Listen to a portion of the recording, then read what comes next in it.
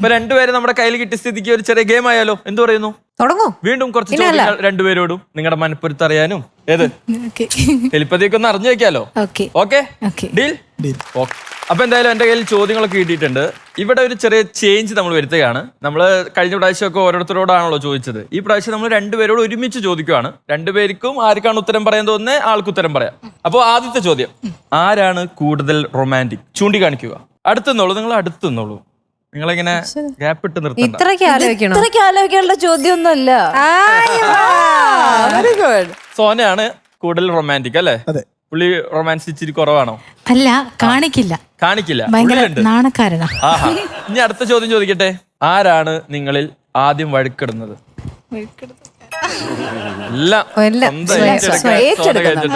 അതൊരു വലിയൊരു കയ്യടി അർഹിക്കുന്നു. ശരി, അടുത്ത ചോദ്യം. ഒരുമിച്ച് യാത്ര ചെയ്യുമ്പോൾ സ്ഥിരമായി വഴി തെറ്റിക്കുന്ന സ്വഭാവം ആർക്കാണ്? ചൂണ്ടിക്കാണിച്ചോളൂ. ഞാനാ. ഓ, ആഹാ. അങ്ങനെ എവിടെയെങ്കിലും വഴി തെറ്റി പോയ സാഹചര്യം ഉണ്ടായിട്ടുണ്ടോ? ഒരുപാടുണ്ട്. ഓ, ഇപ്പൊ റീസെന്റ് ഞങ്ങൾ ഡ്രസ് എടുക്കാൻ പോയപ്പോ എറണാകുളം ഞാനൊരു 10 കിലോമീറ്റർ വെറുതെ ചുറ്റി. അതെ, സോന പിന്നെ നേരത്തെ ഇവിടെ എത്തിയ ആളാണല്ലോ അല്ലെ? അതിന്റെ ഒരു അനുഭവത്തിന്റെ വെളിച്ചത്തിൽ പറഞ്ഞു തന്നതായിരിക്കും. ശരി, അടുത്ത ചോദ്യം. യാത്രയ്ക്ക് ഒരുങ്ങുമ്പോൾ ആദ്യം റെഡി ആവുന്നത് ആരാണ്?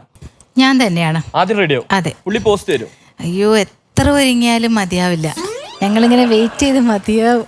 ഓഹോ, ആള് എന്തിലാണ് കോൺഷ്യസ് ആവുന്നതാണോ പുറത്തേക്ക് ഇറങ്ങാനായിട്ട്? ഡ്രസ്സിങ്ങിലാണോ അതോ അല്ലെങ്കിൽ? എല്ലാം ചെയ്തിട്ടുണ്ടാവും നേരത്തെ, പക്ഷെ എന്തൊക്കെയോ ഒരു ടെൻഷൻ, എന്തൊക്കെയോ ചെയ്യാനുണ്ടല്ലോ, മറന്ന പോലെ. എന്താണ് നമ്മുടെ നാട്ടുകാരും വീട്ടുകാരൊക്കെ എന്ത് പറയുന്നു? നമ്മുടെ ഷോനെ പറ്റിയൊക്കെ എന്ത് പറയുന്നു?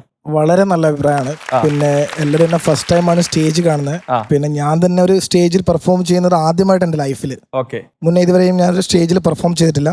അതിൻ്റെതായ സ്റ്റാർട്ടിങ്ങിൽ ഞാൻ വന്ന ഉടനെ എനിക്ക് ഒരുപാട് പ്രോബ്ലംസ് ഉണ്ടായിരുന്നു. ഇത്രയും പേരെ ഫേസ് ചെയ്യാന്നുള്ള ഒരു പ്രോബ്ലം ഭയങ്കരമായിരുന്നു എനിക്ക്. പക്ഷെ ഇപ്പം എനിക്ക് അങ്ങനെ ഒരു ഫീലേ ഇല്ല. സത്യം, എന്തും കളിക്കാൻ റെഡിയാണ് ഇവിടെ ഇപ്പൊ. അത് എന്നേക്കാൾ ആത്മാർത്ഥത ശ്രീയേട്ടനാണ്. കാരണം രാവിലെ മുതലേ എന്താണ് സ്റ്റെപ്പ് എന്ന് പറഞ്ഞിട്ട് ഡാൻസേഴ്സിൻ്റെ അടുത്ത് ഇങ്ങനെ പോയിക്കൊണ്ടിരിക്കുകയായിരുന്നു.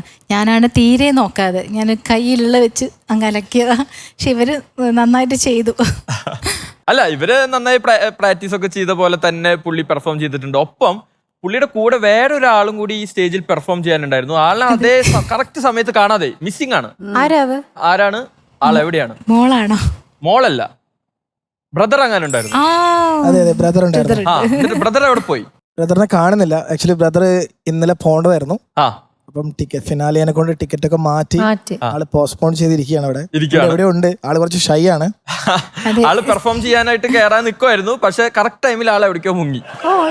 അതേപോലെ ശ്രീയേട്ടന്റെ അച്ഛന് ഒരുപാട് ആഗ്രഹം ഉണ്ടായിരുന്നു ഫിനാലയിൽ പങ്കെടുക്കാൻ വേണ്ടിയിട്ട്. പക്ഷെ ഹെൽത്ത് ഇഷ്യൂസ് കാരണം വരാൻ പറ്റിയില്ല. അപ്പൊ എന്തായാലും ഇനിയിപ്പോ അടുത്ത സ്റ്റേജുകളൊന്നും ഇല്ല. പക്ഷെ ഇനി സോന നമ്മുടെ ഫാമിലിയിലെ മെമ്പർ ആണല്ലോ. അപ്പൊ ഫിനാലെ കഴിഞ്ഞാൽ ഇവിടെ വരുമ്പോ അച്ഛനും കൂട്ടി വരാം. അതെ.